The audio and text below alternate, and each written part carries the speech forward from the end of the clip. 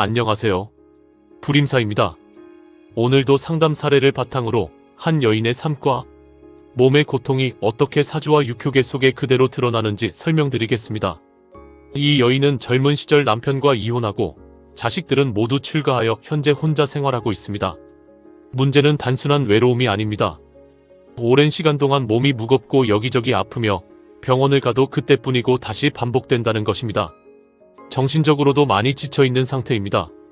이분은 과거에 조상단지를 모셨고 지금까지도 집안에 그대로 두고 생활하고 있습니다. 본인의 상태가 왜 이런지 궁금해서 상담을 요청하셨습니다. 이 여인의 사주는 이민년, 이민월, 개미일, 갑인시로 구성되어 있습니다. 일간은 개수이며 지지에는 임목이 3개나 중첩되어 있고 일지에 미토가 자리하고 있습니다. 천간 역시 임수 2개와 개수로 수기운이 강하며 간목까지 더해져 전체적으로 수와 목이 과다한 구조를 형성하고 있습니다. 화와 금이 전혀 없는 점은 생명력의 순환과 조절 기능이 약하다는 것을 의미하며 전체적으로 기운이 한쪽으로 치우쳐 균형이 무너진 사주로 볼 수 있습니다.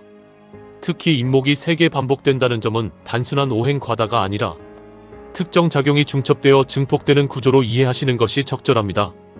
이 사주에서 가장 두드러지는 특징은 임목과 미토의 관계로 형성되는 귀문관살이 3번 겹쳐 작용한다는 점입니다. 임목은 귀문의 문을 여는 역할을 하고 미토는 저장과 응축의 성질을 가지고 있습니다. 따라서 이 구조는 단순히 감각이 예민하거나 직감이 좋은 수준을 넘어 외부에 보이지 않는 기운이 열리고 들어오며 그것이 몸에 쌓이는 형태로 작용한다고 볼 수 있습니다. 특히 일지 미토는 몸 자체를 의미하는 자리이기 때문에 외부에서 유입된 기운이 다른 곳으로 흘러가지 않고 그대로 축적되는 특징을 가지고 있습니다. 이로 인해 이 여인은 항상 무언가를 짊어진 듯한 무거움과 설명하기 어려운 신체적, 정신적 부담을 느끼게 되는 것입니다. 음령술 관점에서 보면 이 구조는 더욱 명확해집니다. 임목은 귀물령, 형제령, 원한령 등의 작용을 포함하며 외부 기운의 유입 통로로 작용합니다. 반면 미토는 조상령, 원한령, 유산령 등이 응축되는 자리로 들어온 기운이 머무르고 쌓이는 역할을 하게 됩니다. 따라서 이 사주는 열림과 축적이 동시에 반복되는 구조이며 한번 유입된 기운이 해소되지 않고 몸에 누적되는 특징을 가지고 있습니다. 이 여인이 조상단지를 모시고 있다는 점은 이러한 구조와 강하게 공명하여 사주 자체의 기질과 실제 환경이 서로 증폭작용을 일으키는 상태로 이어진다고 보셔야 합니다. 음령관법을 적용하면 임목은 상문지에 해당하고 미토는 원망지에 해당합니다. 상문지는 문제의 발생과 정리의 필요성을 의미하며 이 기운이 3번 반복된다는 것은 지속적으로 사건이나 내부 갈등, 신체적 이상이 발생하는 흐름을 나타냅니다. 원망지에 위치한 미토는 억울함과 감정의 응축, 외부로 풀리지 않는 정서적 압박을 의미하며 이것이 일지에 위치함으로써 몸 자체가 이러한 상태를 그대로 받게 됩니다. 즉, 현재 시점에서는 문제가 계속 발생하고 그것이 해소되지 못한 채 몸에 쌓이는 흐름이 강하게 작동하고 있는 것입니다. 명리 구조로 보면 임목과 간목은 모두 상관에 해당하고 미토는 편관에 해당합니다. 이는 전형적인 상관경관 구조로 외부로 터져나가는 기운과 그것을 억누르는 기운이 충돌하는 형태입니다. 일반적으로는 대인관계 갈등이나 배우자 문제로 나타나지만 이 사주에서는 그 충돌이 단순한 사회적 문제를 넘어서 내면과 신체에까지 깊게 작용한다고 보셔야 합니다. 상관의 강한 분출은 감정과 에너지의 과잉을 만들고 편관의 압박은 그것을 억누르며 긴장을 형성합니다. 그 결과 내부에서는 끊임없는 압박과 긴장이 지속되고 외부에서는 관계의 단절과 고립으로 이어지는 흐름이 만들어지게 됩니다. 또한 이 사주는 임목이 3개 반복된 이른바 호랑이 3마리 구조를 가지고 있습니다. 이는 단순히 성격이 강하다는 의미를 넘어 기운 자체가 끊임없이 움직이고 충돌하는 상태를 의미합니다. 안정적으로 머무르기보다는 변화와 분출이 반복되며 관계 또한 유지보다는 끊어짐으로 이어지기 쉬운 구조입니다. 실제로 이혼과 자식과의 분리는 이러한 흐름과 맞닿아 있다고 볼 수 있습니다. 즉, 이 사주는 본질적으로 혼자 남는 방향으로 전개되기 쉬운 구조를 내포하고 있습니다.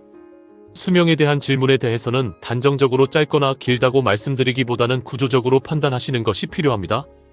이 사주는 급격한 사고나 돌발적인 사건으로 생이 마무리되는 형태보다는 기운의 불균형과 누적된 압박으로 인해 서서히 소모되는 유형에 가깝습니다. 수와 목이 과다하고 화와 금이 부재한 상태는 순환과 조절 기능이 약하다는 뜻이며 미토에 쌓이는 기운이 지속될 경우 만성적인 피로와 기능 저하로 이어질 가능성이 높습니다. 따라서 수명은 고정된 것이 아니라 현재 상태를 어떻게 정리하고 완화하느냐에 따라 크게 달라질 수 있는 구조라고 보셔야 합니다. 을미대운의 천간을목은 상관으로 작용하며 원국의 인목들과 같은 목기운을 더욱 증폭시킵니다. 이미 3개나 존재하는 인목에 더해 목의 기운이 강화되면 외부와 연결되는 통로가 더욱 활발해지고 감각과 반응성이 예민해지게 됩니다. 동시에 대운의 지지 미토는 원국의 미토와 같은 성질을 지니며 인목과 만나 다시 귀문작용을 형성합니다. 이로 인해 인목과 미토의 결합이 반복되면서 귀문관살의 작용이 잠재적인 수준을 넘어 현실에서 체감되는 수준으로 드러나기 쉬운 흐름이 됩니다. 이 과정을 음력적인 관점에서 보면 더욱 분명해집니다. 인목이 많아질수록 문은 더 열리게 되고 미토가 추가될수록 저장소는 하나 더 늘어나게 됩니다. 결국 외부에서 들어오는 기운의 양은 증가하고 그것이 머무르고 쌓이는 공간 또한 확장됩니다. 이로 인해 몸의 무거움, 피로, 정신적 압박과 같은 증상은 일시적인 것이 아니라 점점 누적되고 고착되는 방향으로 진행됩니다. 즉, 을미대운은 새로운 문제를 만들어낸다기보다는 이미 존재하던 구조를 더욱 깊고 강하게 만드는 작용을 한다고 보시는 것이 정확합니다. 또한 개수일간이 미토에 인묘한다는 점은 해석에서 매우 중요한 부분입니다. 고전적으로는 인묘를 죽음으로 단순 해석하기도 하지만 실제 적용에서는 물리적인 죽음을 의미하기보다는 기운이 밖으로 흐르지 못하고 안에 머물며 정체되는 상태를 의미합니다. 이 사주에서는 개수가 미토에 앉아있기 때문에 원래부터 기운이 외부로 순환되지 못하고 내부에 머무르는 경향이 강합니다. 여기에 을미대운으로 미토가 하나 더 들어오면 이 정체와 축적의 성향이 더욱 강화된다고 보셔야 합니다. 조상단지의 문제는 이 사주에서 매우 중요한 부분입니다. 이미 사주 자체가 외부 기운과 조상 기운을 받아들이고 저장하는 구조를 가지고 있는 상황에서 실제 조상단지를 지속적으로 모시고 있다는 것은 그 작용을 더욱 강화시키는 요소가 됩니다. 특히 현재 음령술 흐름에서 상문지와 원망지가 동시에 작용하는 시기에는 기존에 쌓인 기운이 더욱 활성화되고 신체와 정신의 부담으로 드러나기 쉽습니다. 따라서 현재 상태를 그대로 유지하는 것은 점진적인 악화로 이어질 가능성이 높으며 정리나 완화에 대한 판단이 반드시 필요한 시점이라고 보셔야 합니다. 이제 육효계를 보겠습니다. 이 여인은 자신의 상태를 확인하기 위해 괴를 뽑았습니다. 괴는 외천대장에서 뇌풍황으로 변합니다.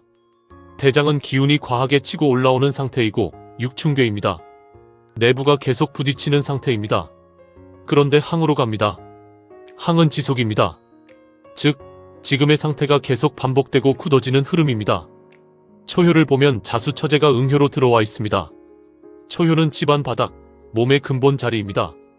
그런데 응효입니다.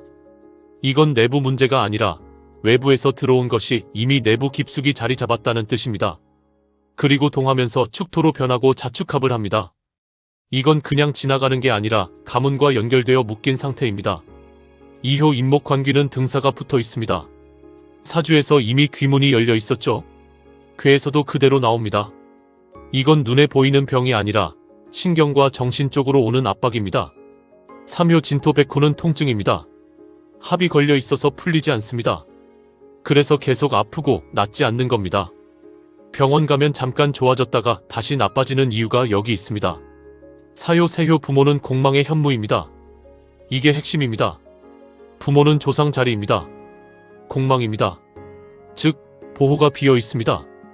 현무까지 붙었으니 침체되어 있습니다. 쉽게 말해 모셔놓은 조상이 제 역할을 못하고 있는 상태입니다. 이 괴를 전체적으로 보면 외부에서 들어온 기운이 집안의 털을 통해 몸에 붙었고 가문과 연결되어 있으며 보호는 약한 상태에서 그 작용이 계속 반복되는 구조입니다. 그래서 이 여인이 느끼는 몸의 무거움, 계속되는 통증, 정신적 압박은 단순한 병이 아닙니다. 사주에서 열려있고 괴에서 붙어있는 것이 확인된 상태입니다. 이분 형편상 큰 천도제나 해원제를 올리기는 어렵습니다. 그래서 저는 일단 조상 대접을 잘하라고 말씀드렸습니다. 많이 차리는 것이 중요한 게 아니라 일정하게, 단정하게, 감정에 휘둘리지 않고 이어가는 것이 중요합니다. 그리고 하나 더 중요한 기준이 있습니다. 공양을 했을 때 잠깐 좋아졌다가 다시 나빠진다면 그건 단순 공양 단계는 이미 넘어갔다는 신호입니다. 이 사주는 공양으로 완전히 해결되는 구조가 아니라 공양으로 유지하는 구조입니다. 결국은 언젠가 정리, 즉 천도나 해원이 필요한 흐름입니다. 오늘 사례를 한 줄로 정리하면 이렇습니다. 문이 열려 있고 들어온 것이 몸에 쌓이며 그것이 반복되는 구조. 사주는 숨기지 않습니다. 궤도 숨기지 않습니다. 지금 겪고 있는 문제는 우연이 아니라 이미 삶 속에 들어와 있는 흐름입니다. 이런 경우는 단순히 버티는 것이 아니라 어디까지 유지하고 언제 정리할 것인지 판단하는 것이 가장 중요합니다. 오늘 내용이 비슷한 상황에 있는 분들께 하나의 판단 기준이 되길 바랍니다. 불임사였습니다. 불임사.